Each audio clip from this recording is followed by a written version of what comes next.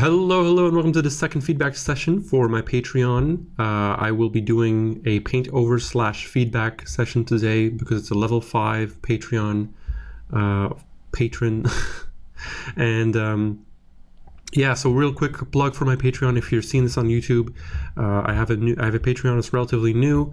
There's a bunch of tiers that get you all kinds of stuff. Like $1 per month gets you video tutorials, exclusives, and PSDs and stuff, all the way up to something like $25 a month for what is essentially a mentorship. So feedback plus Paintover sessions like this. I mean, for $25, that's pretty damn good value for your money. And also keep in mind that there's, on that specific one, there's 8 spots only left. So because I cannot take on that many people, right, it would take too much time. So if you're interested, be sure to check it out and do that fast. Because I mean, I'm hoping it would run out, but we'll see. So anyway, let's get to it. First off, Giuseppe, this is your work, and thank you for the support. I really appreciate it. I hope to see you again in the following months and stuff. I hope to be able to track your progress and these kind of things. But yeah, so first, again, disclaimer, same thing as last time. I will be honest. So if I don't like things, I'll say it. If I like things, I'll say it. I think that's what's going to be most valuable. Just total honesty, okay? So let's get into it, right? Let's start talking. Let me turn off my phone because it's making noises and stuff. So let's talk about this stuff. My first question was, he sent me these pieces, and he said something like, what can I do to improve, just in general. And the first thing I emailed him back immediately was, what do you actually want to do for a job? Like, what is the goal? Is it concept art? Is it illustration? Is it characters only? Is it animals? Is it creatures? What is it? And I got the answer back that he's not entirely sure. He wants to do illustration / character design. So what I would suggest, first off, Giuseppe, is you really figure out what you want to do specifically. And I know that's not an easy task, but it's at least temporarily, you need to have something that okay, that's what I want to do right now. That's what I want to aim for. So is it creatures? Do you want to do creature art? Is it character designs? Is it like illustration, like more card art? And then if it is illustration, which kind of illustration? Character illustration only? Is it card game art, RPG books, cover art?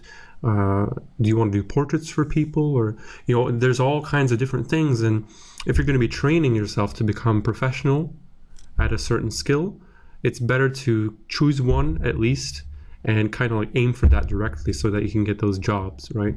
So I cannot tell you which one you want to do, obviously, but that's completely up to you, and I suggest that you figure that out as soon as possible. Because if it's kind of like you're aimless, right? If you don't really know what you're trying to do, you're pretty aimless, and then it's almost impossible to focus all your effort and your time into improving that thing, that you want to do. So yeah, that's my first big advice is, figure that out. Really think about it, do your research, go look at art, look at the things that you like most, and look at what is most viable for a professional career, and if that's important to you, these kind of things. So, okay.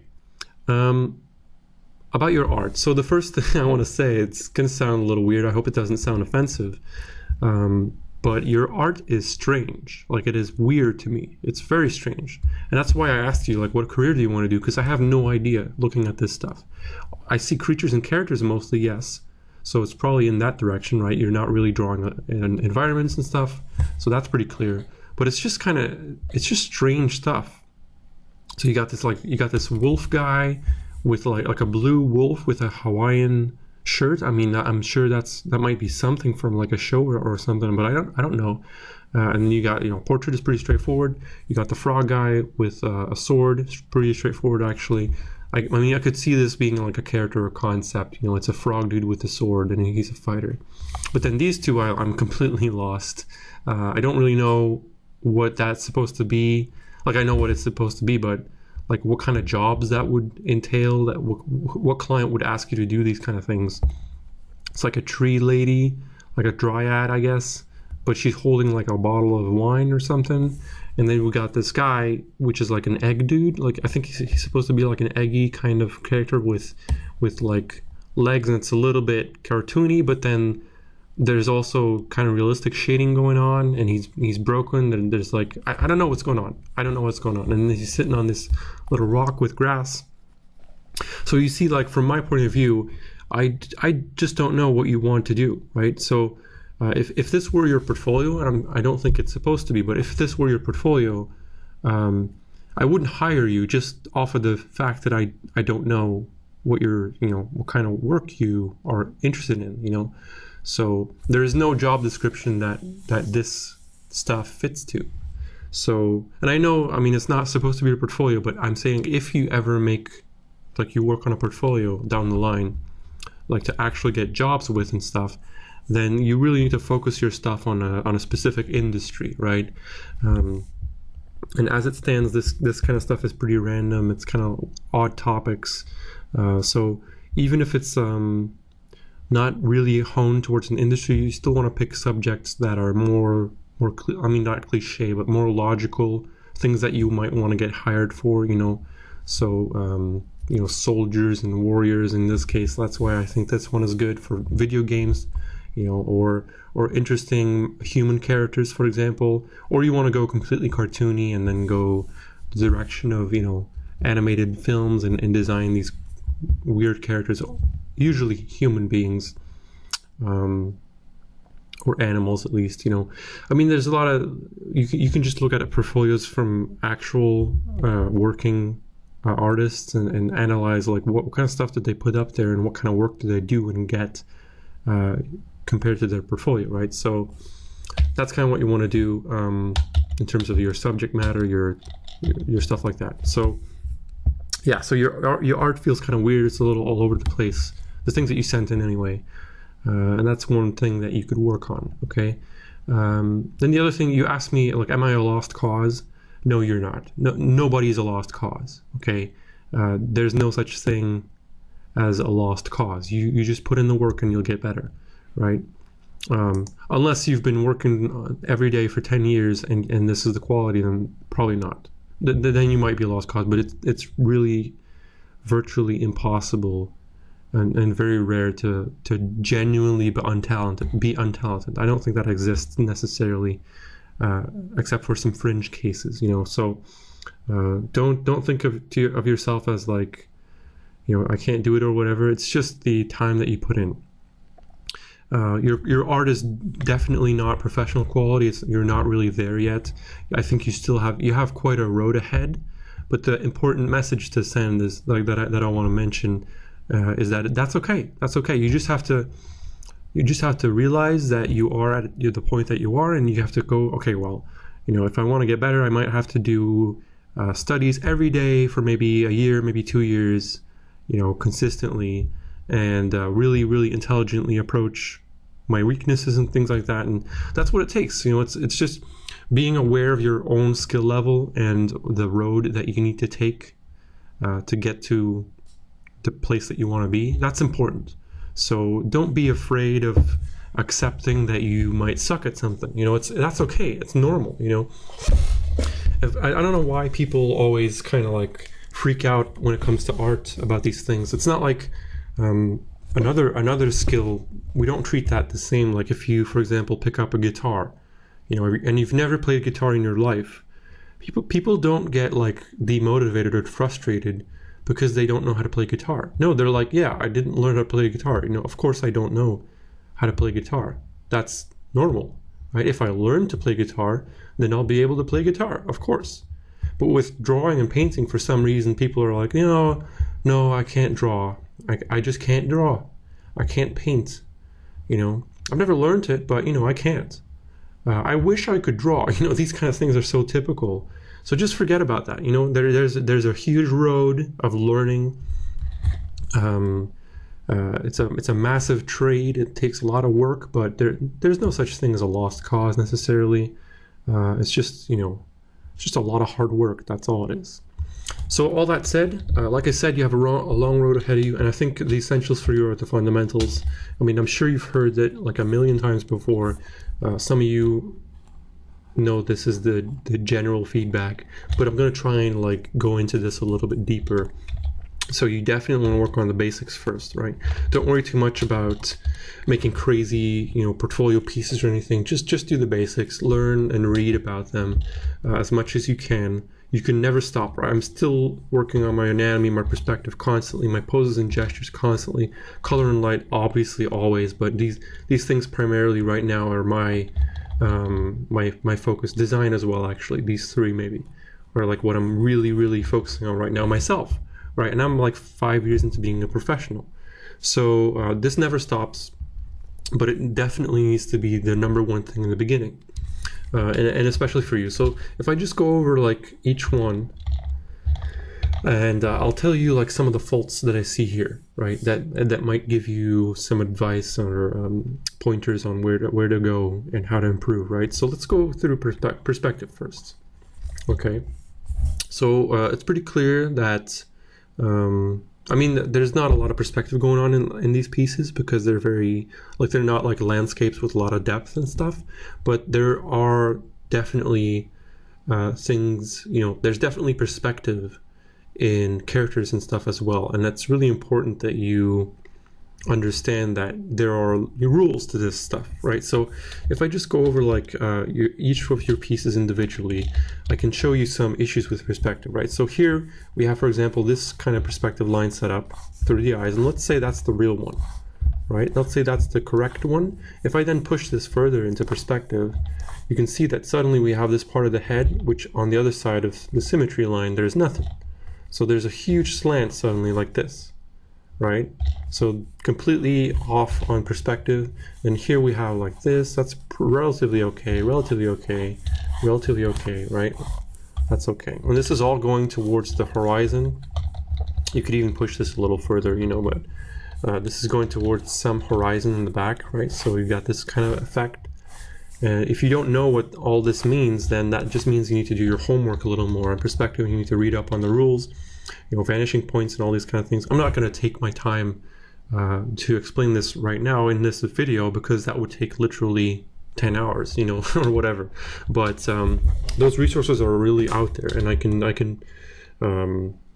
perspective rules especially, you can find it basically everywhere. You just find a book on perspective, read up on how it works, do a bunch of drawings, figure it out, and start to feel it out.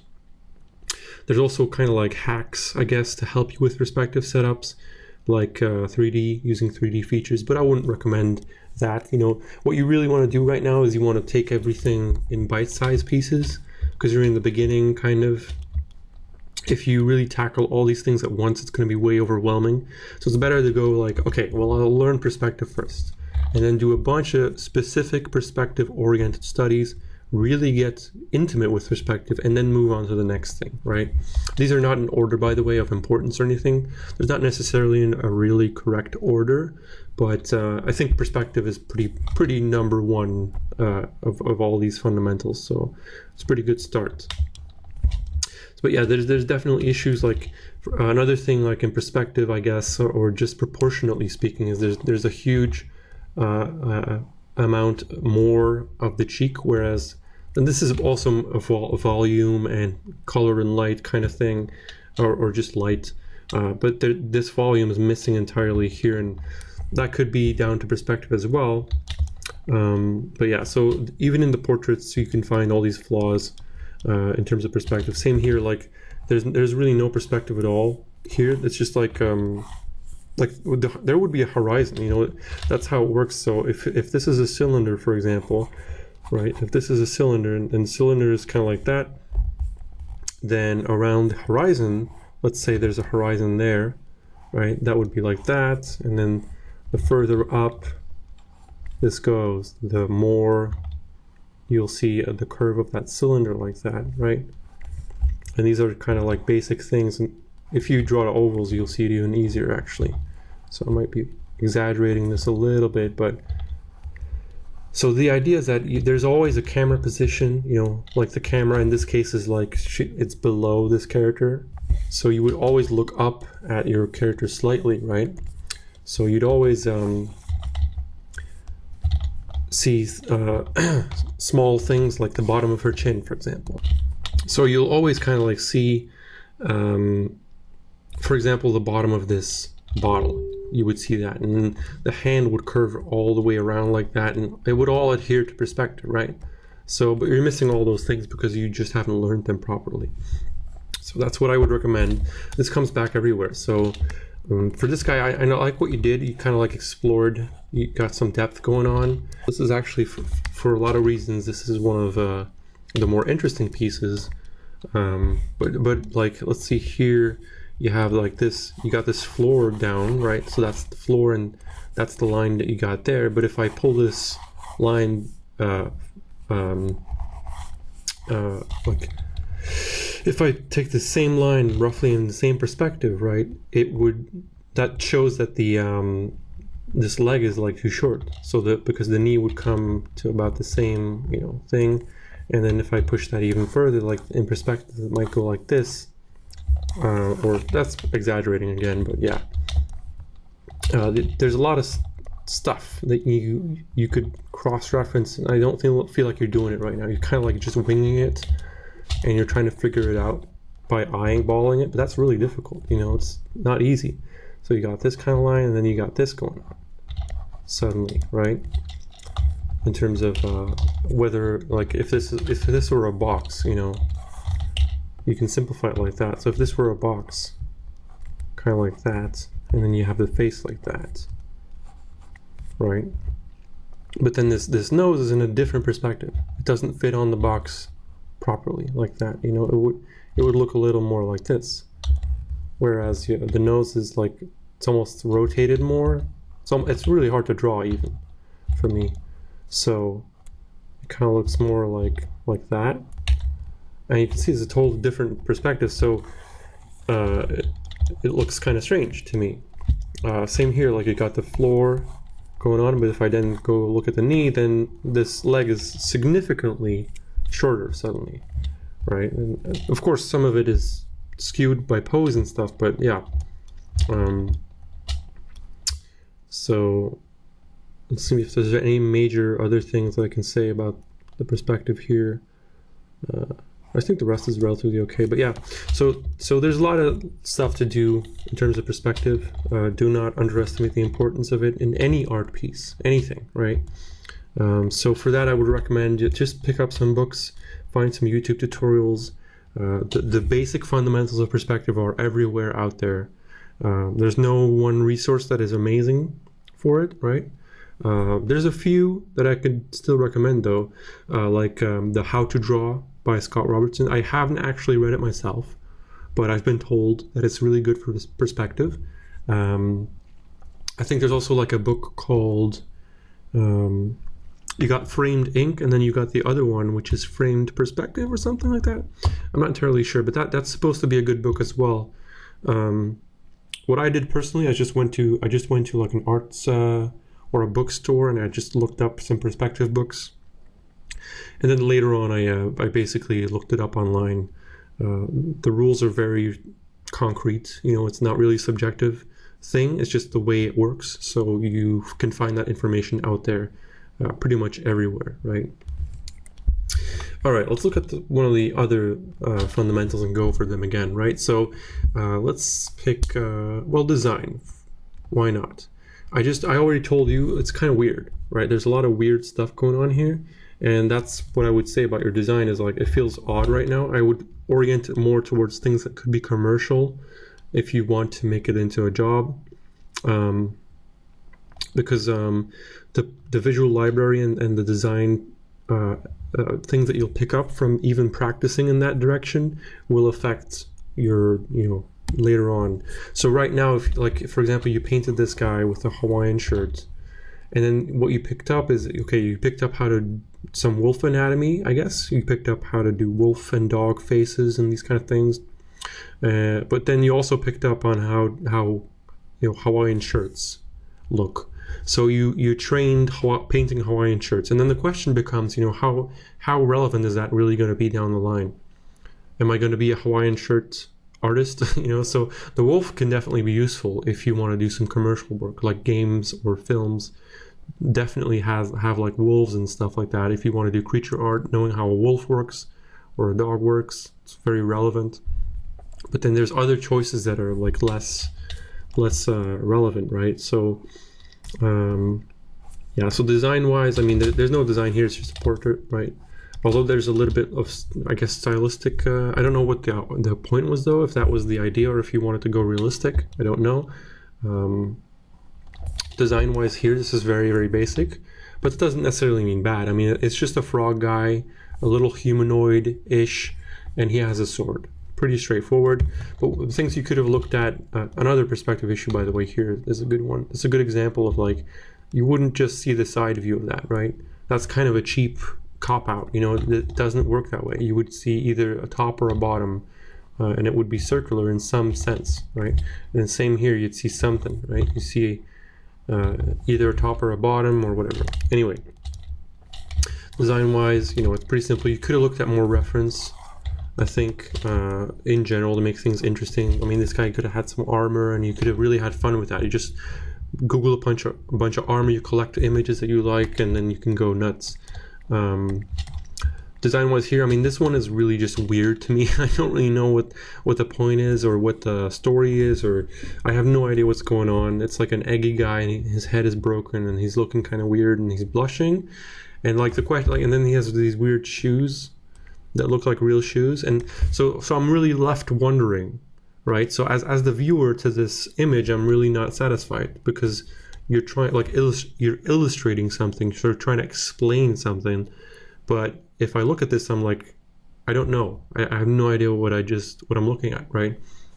So design-wise, that's also important that you make your designs readable and clear and understandable, right? So it's a form of communication, right? It's kind of like a language, and this to me seems like you're speaking a totally different language than what I understand. So so in this case, design-wise, it's interesting, but there's still some weird proportions. For example, like if she's a bark-ish, like tree person, then why is the bark so small compared to her? For example, like that's a thing that feels a little strange. And then the transition between bark and skin is like not really. It could have been way more interesting. That would be an interesting design challenge, right? One thing I do like is that her hair is kind of like leaves. That's a nice design choice. I like that. That could have been, well, that is definitely a cool thing that you did. So the problem with design, I think, is that it's not easy to learn. There's not really any solid, like there's no book that you can read and then you'll be the best at design, right? It doesn't work that way. The only thing you can do for design is develop a visual library and look at a lot of art. So you want to look at a lot of art and start to really think about what makes this art cool and what's the design here and why does it work well and how, like, why is it good, And then the other thing is, like, the visual libraries, you just want to look around at everything. You want to gather photos. If you're walking around in real life, really look at stuff and figure out how they look and how they're made. And the more you do that, it accumulates and you start to develop these kind of like design and visual things in your mind that you can grasp onto when you're painting and drawing. So I would suggest collecting a lot of paintings and arts and a lot of photos of things that you're interested in and that you want to use professionally, right? So like one thing I personally like, I do a lot of fantasy medieval stuff. So I went to a fair, like a medieval fair here in Belgium, in a city that has like an awesome castle, and there was a huge reenactment thing, and I just took like 2,000 photos in a day, right? Just of every little armor thing, every trinket, everything. I zoomed in on all the little belt details and all these kind of things. I went nuts, and that's one of the things that you should develop. And if you then want to design something, The important thing to do is to then go to those photos and actually take information from them and use them in some ways. So the number one thing that will help your design is to use reference. And I think you're not doing that enough here. I think you need to use more reference. Like I can tell you definitely use reference for the frog guy, and I'm sure you use reference for everything else as well, but you use it even more, right? Really, really, really abuse reference. You should even take pictures of yourself standing in certain poses and then use that as reference for poses, right? These kind of things. As much as you possibly can, because that's how you're gonna get way, way better. Okay, let's go through anatomy then. Anatomy, you definitely are doing some things right. So I can see some muscle groups, and you're trying definitely, and it's not the worst ever. Like I'm not seeing any massive issues. It's a little weird, of course, but overall, I think anatomy is actually one of your stronger things.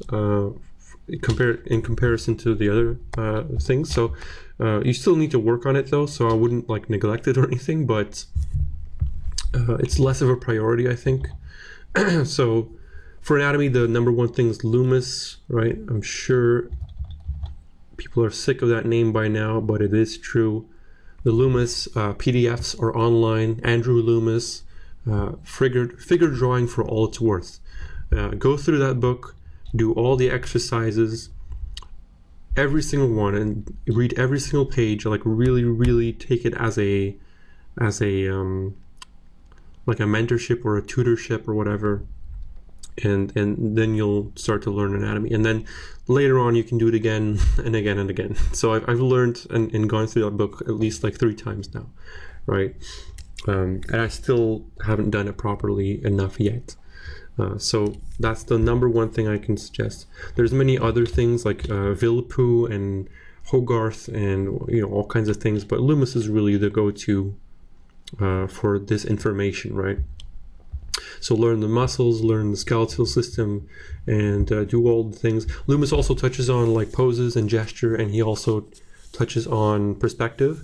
So you'll see that, and it's going to help you out massively. So just that book alone can actually help you with all 3 of these things, right? So yeah, Loomis, really, really do that. Poses and gestures. Oh yeah, if I go through this, I mean anatomically actually, I can really point out some issues. Like the overall shape of the head is very unclear. It's basically just there's no real structure to it. Like there's no perspective, no there would be a lot more structure to it, and I can tell immediately that you don't really know anatomy enough in that sense, right? So things like the ear, for example, it's really tiny, it's in the wrong spot, right? The ears generally starts at about eye height, right? So, or eyebrow at max. So your ear would come maybe lower like this. It's also, like I said, small in comparison to, for example, the nose, which is huge in this case. And anatomically it's okay, but it really still lacks some really definition. For example, I mean, it's. I'm not saying that your face or whoever this is was like this, but one thing that you would know if you've studied enough anatomy is that, for example, this is a plane that's interesting, and that would be different color or value. Another thing is that there's a transition from bone here to sort of more cartilage and other stuff. So you could exploit this kind of bump here, and if you feel on your nose, you can actually feel that very clearly, that there's a transition there from bone to something else, right? So these kind of things. And then the eyes especially are very sort of symbols, right? You're drawing a symbol of an eye, right? So this is what you drew, and that's kind of like how we think as human beings. But that's one of the things. As an artist, the journey is to go from this idea and go from like, these kind of things, like that's a tree, these kind of things, to actually drawing a real tree.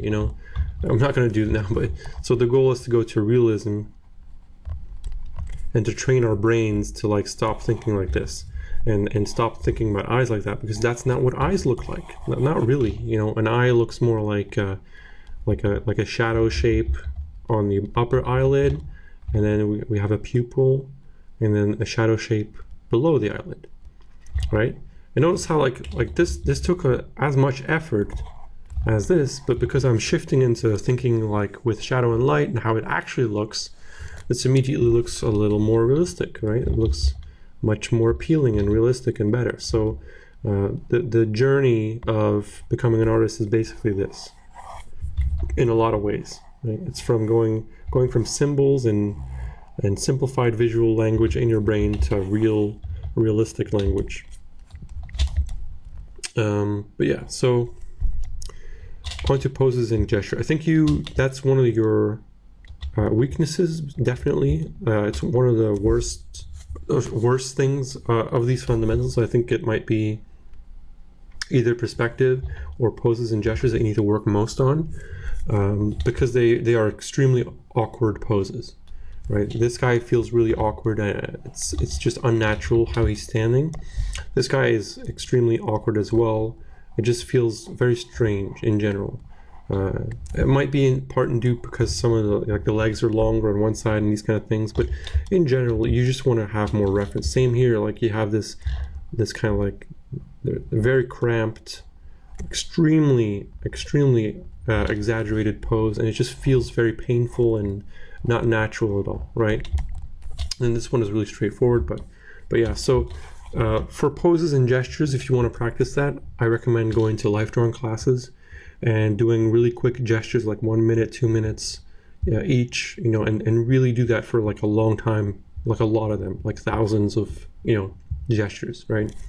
So, and you can do that at home as well. Just find pose/gesture drawing websites. There's a bunch of them out there, and start drawing, right? You can do a lot of those a day, and you will get better. You know, it takes time. It really takes time, but yeah. And then, of course, again, Loomis does tackle this in some capacity. So you also have that, right? But yeah, so there's a lot of work to be done there as well. And then color and light. So color and light is the big one. That's the one that everyone, you know, this is the star. That's the one that everyone loves. And that's the one that everyone wants to tackle. And yeah, so but color and light really doesn't, it's not as important as these other ones. That's what you should start with, is perspective, poses and gestures, and then and you know, anatomy and maybe creatures and stuff. That's also anatomy, I guess, in some sense. But color and light, I mean, you should kind of like forget about this for as long as you can, and then move into painting more. So you can practice all these things with drawing, right? This and this, that's just drawing. And then later on, you can tackle painting more. So I recommend really going in order, I guess, in that sense. So yeah, color and light, I'm still going to talk about it though, because you know, these are paintings, and that's, feedback is about the whole painting. So, but my suggestion is like, relax, don't worry about it too much yet, and then move into doing more, right? The ideal thing to read, like the number one thing by far to read on color and light, is the book called Color and Light by James Gurney. It's the Bible on color and light. You should read it front to back 10 times. You know, it really is the best book. It has all the information that you need, and like you don't need to look further than that, really, at all. So color and light wise, so let's see, one thing that I'm noticing is there's no real, like you're kind of not really lighting things with a thing in mind, like a direction or anything. So I am entirely not certain where the light is coming from here. So I can kind of see a shadow here, and I can see a shadow here, which would suggest there's maybe it's like that, but it's really unclear still. I mean, there's kind of a shadow below here, so I think that's what you meant to do, but the difference in value is so low that it's almost impossible to tell. Look at how close these, like shadow and light is so close that it's almost non-existent. So, and one of the things that you will read in Color and Light, the book, is that, you know, the value ranges of color and light the value ranges of shadow and light are drastically different, you know. So you're definitely not abusing contrast enough. Same thing in the portrait here. I have no idea where the light is coming from. I mean, I see patches of light, or patches of like a lighter value slightly, but it's really hard to see. There's no real, you know, tangible shadows or anything. So you're basically missing lighting entirely. It's colored, but it's not really lit necessarily. And same here. There's like a generic, very, very, very subtle shadow going on, but it's too light. It's almost like it's not lit, you know. I hope with the Paintover I can show you a little more what I mean. This one is the only one where you actually have quite high contrast and quite clear shadow and light. So that this is, in that sense, this is actually one of the better ones. Like I said, it's kind of a weird situation though, because out of these pieces, this is the least appealing one to me, right? So it's to me, it's like the weirdest one and the least appealing one. So I don't like this one as much as the other ones. But you did a lot of good things in it, which is kind of interesting. So you made a lot of good decisions that you didn't make in the other ones in this one. So yeah, you got this clear shadow. It's a little more tangible on where the light is coming from, obviously from here. I can really feel that. So you did a good job there. And that's kind of more what I want to see. And same here, like there's no real light direction at all. There's a little patch of light here, I guess, whereas this is shadow, but it's still very hard to see. I don't see any drop shadow, for example. You're missing all these kind of things. So I really recommend that you read the book and then start to really think of these things as like a physical thing in a real world, and how would it look, right? And how drastic are the value ranges, whereas I mean, what you can do to figure out those value ranges might be to look at some photos of toads and frogs and stuff. And then you can see on the skin, like, okay, well, in shadow, they're actually really dark compared to in light. And you can color pick those things. It doesn't really matter. If you're trying to learn, right, that's fine. But if I look at this in just values, it's pretty much, you know, it's very, very low in terms of the range. I can even go to the levels and check that out. And look how much it pools around gray, right? There's almost no darks and almost no lights. In terms of contrast and stuff, this is probably the better one, but within your figure there's very low contrast. Everything is gray. Everything is a mid-tone, right? Then same here, everything is a mid-tone. Everything is a mid-tone, except for maybe the beard, right? So in that sense, you want to work on your values a lot. Values. And for now, I actually recommend just forget about colors. Just work on values. One of the things I would just in general recommend is that you tackle things individually and really simplify everything. Because right now you're tackling all these things at once and it's way too much. So you're going like, you're trying to draw a good pose, you're trying to design a character, you're trying to do a creature anatomy thing, you're trying to make a lighting thing, you're trying to involve colors and design everything at once, and it's way too much to tackle if you're like in this early thing, in this early journey, right? So tackle things intelligently one at a time and then start to introduce them together, right? So maybe leave color altogether, try and ignore maybe poses and gesture, just draw a guy in perspective. Just standing, you know, normally, just standing in a default pose, and draw them in all kinds of perspectives and do that for a while until you have those things figured out. And then maybe do the same thing, but add an interesting gesture or an interesting pose. And then later on down the line, you know, if we take this same analogy, maybe then put like an interesting lighting setup on the same guy in perspective in an interesting pose. And then later on, once you have a nice lighting thing figured out and you know how to do that stuff, then you can start to color him. And then after that, you can start designing stuff and giving him clothes and interesting character traits and features and these kind of things. So one thing at a time. That's the major advice here. So to speak on your colors, I mean, it's relatively okay. I think you are picking quite muted colors in general though. So everything's just kind of like, you know, everything's a little grayish. So nothing really comes out except for like this grass, which is a terrible, terrible color for grass. It looks like neon, grass. And this also comes down to reference. If you look up a picture of grass, it will never look like this, right? So that's the kind of homework you have to do if you do a painting. Like, treat it with respect and take it seriously, and do your research. If you want to paint grass, then take a second to stop, go look up some grass photos, put them in Photoshop or whatever, and look at the colors, and like really make these decisions intelligently and seriously, So that's probably one of the most least appealing things about this one, is the grass color is just so brutally neon, kind of like not really grassy, because grass colors are more like over here on the color wheel. So you get more like these kind of tones, right? Maybe even a little deeper.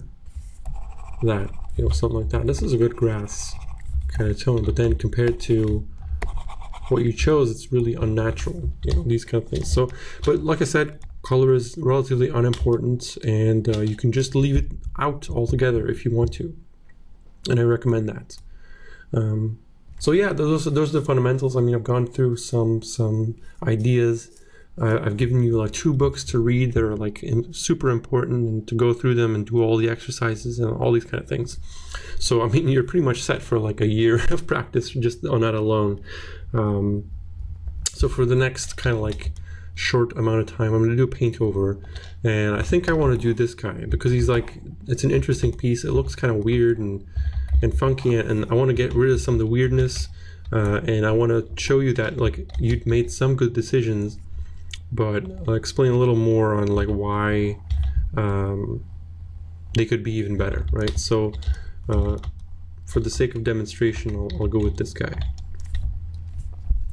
I'm not going to do something like, I'm not going to do massive huge detailed paint over things, but so the first thing I'm going to do is I'm going to get rid of the face, because it really doesn't look good to me. I don't necessarily like the design of it or anything.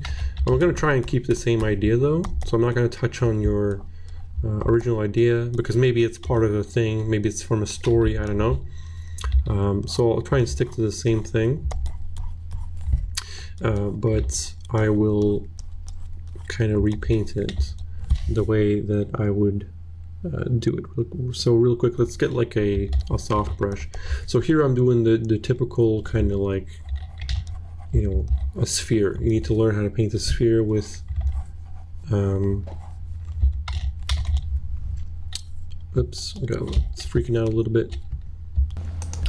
Alright, I'm back. I got a little weird technical issue there. It should be okay now though, hopefully. So let's go back to it.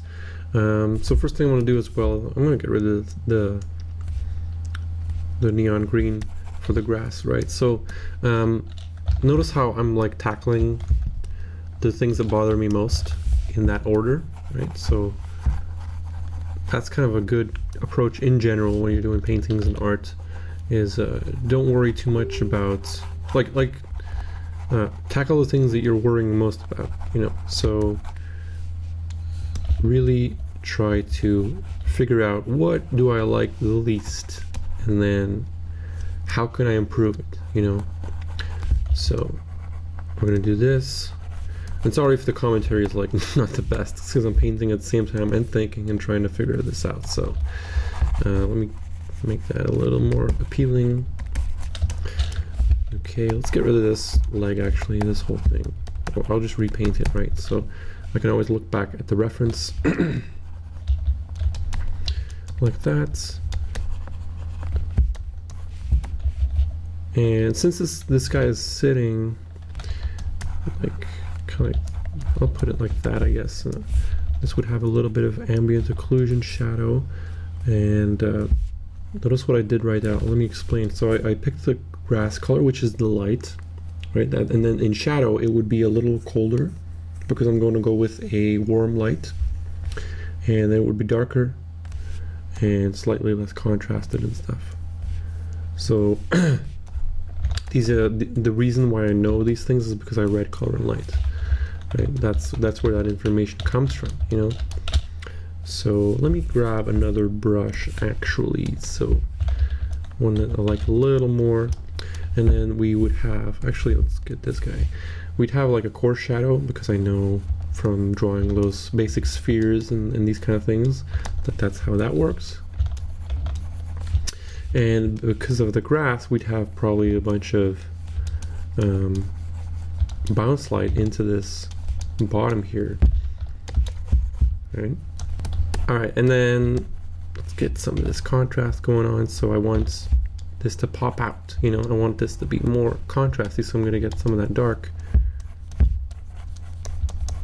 and really pop this out like this. Cool. Alright, I can even add a little more atmosphere to that, get a little bounce light going on off of that egg thingy. Maybe get a little shine from that actual light source. And now that I have this basic thing, I can actually start adding some of these, you know, parts, like the leg or the foot. So I'm just taking the shadow. I usually work from shadow to light. So I'll take this, and then he got like kind of his hand laying like that. Let me see here what you did before. So okay, and instead of putting him instead of putting the hand in this kind of strange position next to him, I'll do a more natural feeling thing like that. Or let's actually go with the palm up thing that you did. And I might be able to move him slightly. I'll just cheat a little bit. So I'll move him or like that, and then get rid of the dark. So I copied the layer there, and now I have him sitting a little more in the middle here. So I feel like that feels better compositionally and design wise for the image, you know. So there we go. I'm not worrying too much about the design itself, like what kind of feet would he have, what kind of this and that, because I mean these kind of things you would figure out ahead of time, right? So you take a moment to gather reference, and I'm not obviously doing that in this case, but so I'm just kind of winging it and keeping it really basic for now. And then let's say we have sort of a mouth, right? Now this would also be lit in some way, right? So in this case, this would catch some of the environment light, which we've established is kind of bluish.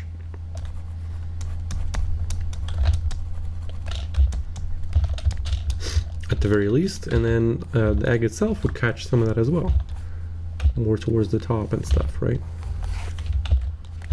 Oops. And we'd have the same effect on some of these other areas. Some of that blue would kind of like sneak in there, you know.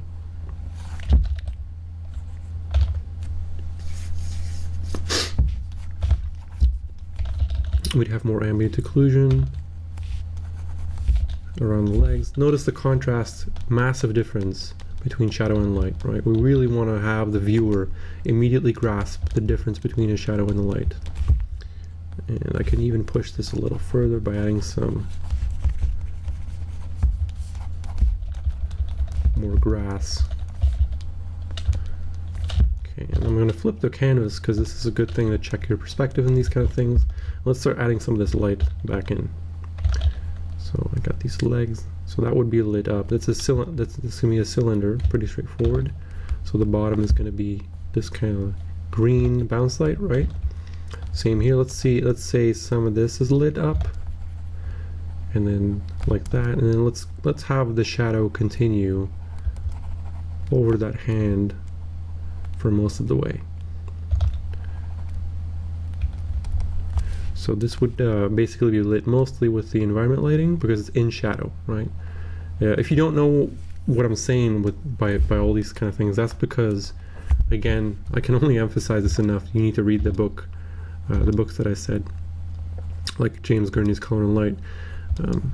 you have to understand how light works before you attempt to paint it. It's really that simple. You cannot like expect yourself to know something that you haven't learned, right? So it's pretty straightforward, and I hope you can see that just by that logic alone, that there's no such thing as like not a lost cause or whatever. It's just, you know, you can't expect yourself to know things that you don't know. It's really that simple. So there you go, right? Now let's add some eyes, right?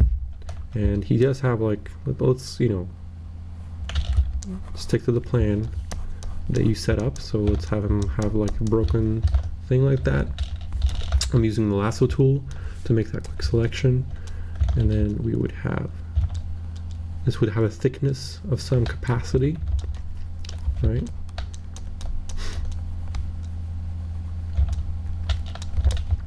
And you kind of painted him with sort of a gas escaping that. So let's go with a cool brush, maybe. No, that's not really too good.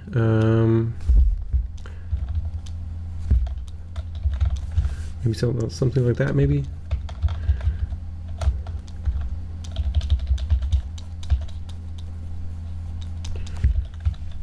Right.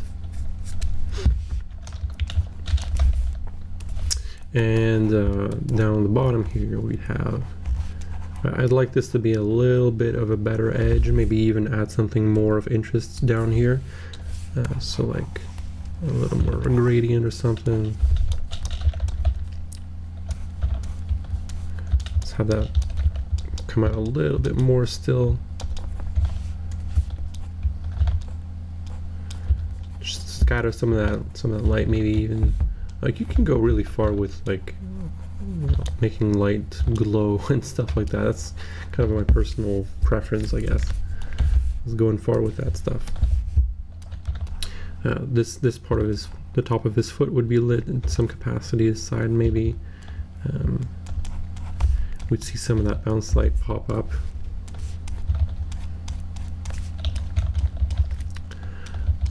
Like that. Over here as well, over there.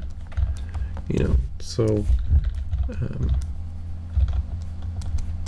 more ambient occlusion, because I like I like showing a connection by just painting the ambient occlusion in there. So it does a pretty good job.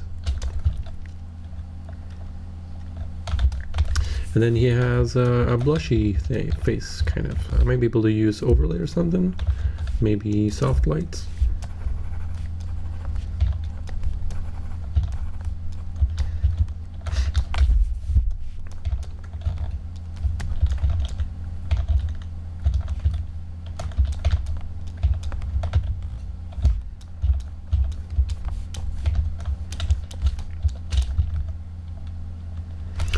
So yeah, that's pretty much it. I mean, I hope this is helpful in some way, but you can see some of the changes that I made, some of the decisions that I made. Larger contrast. If we just look at the values now, there's a big difference in how readable it is, like how clear the values are compared to some more muddy areas over here, right? A little more muddy. This is much clearer to read. It's much more simple for our brain to comprehend, right? So simplification never hurts, you know. So that's it for the demonstration. I hope this is, you know, I hope that helped. I mean, I know it's always kind of weird, like in terms of feedback. It feels like I'm kind of copping out, saying, you know, you should just read this book, you know. But that's really the answer to these kind of things. You know, I can see the flaws, and the solution is really reading those books, for example. Those will help you massively, those two books, and then reading the perspective rules, and above all, you want to understand all three of those. So do the exercises that you need, one thing at a time. Tackle the problem one small bit at a time. Don't do everything at once at the same time. Just really figure out, what do I need to learn, how do I approach that to just learn that thing and reevaluate your work. You can do that yourself or ask feedback and stuff. There's a lot of ways to go about that, but yeah, you are not a lost cause. It's just hard work, and approaching it, as smart as you can and as simplified as you can will make you improve faster and more efficiently. And it's really a time management kind of thing. So keep working on it. Also figure out your goal. Again, I can only repeat that. Step one maybe is think about what you actually want to achieve, and then go through your fundamentals. And then after your fundamentals, you can, or not, there's no after, right? But after you've gone through and gotten a pretty good idea, then you can go in and actually start learning specific things towards your industry that you've chosen. So maybe more creatures, maybe more character designs, maybe cartoony or realistic or whichever, right? There's no one right answer. It's just your own preference. So that's it. Giuseppe, thank you very much for the support. I hope to see more work from you next month and to do this again.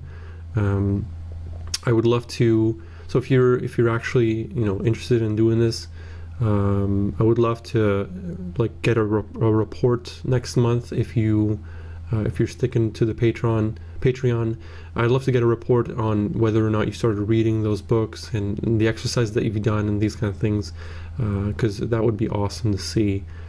Just for me personally as well, it would be great to see that you're actually, that I'm not just bullshitting. And it would be great to see someone really show that kind of dedication. So I'd love to see your progress. So thank you very much, and I will see you in the next video.